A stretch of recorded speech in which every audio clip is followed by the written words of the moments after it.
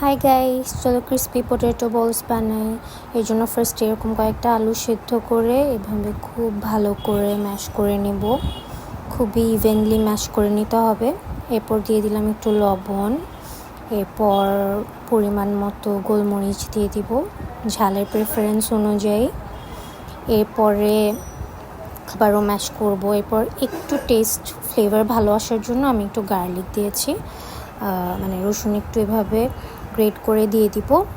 Great করে দিয়ে দেওয়ার পরে আমরা একটু দিয়ে দিচ্ছি কর্নফ্লাওয়ার। এরপর দিয়ে দিলাম একটু চিলি ফ্লেক্সটা ফার্স্টে আমি দিতে ভুলে গেছিলাম, যাই হোক। এবার খুব ভালোভাবে আবারও ম্যাশ করব। এরপর হাতে অল্প একটু তেল নিয়ে হাতে এভাবে ম্যাসাজ করে নিব।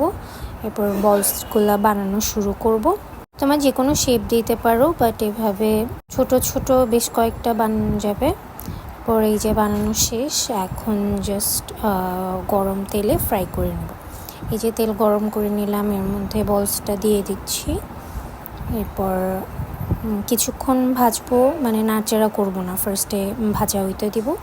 এরপর ভাজা হয়ে গেলে এভাবে উল্টাই দিব। এরপর এই যে এরকম সুন্দর একটা কালার চলে আসলে উঠায় নিলাম, এখন খাওয়ার জন্য রেডি।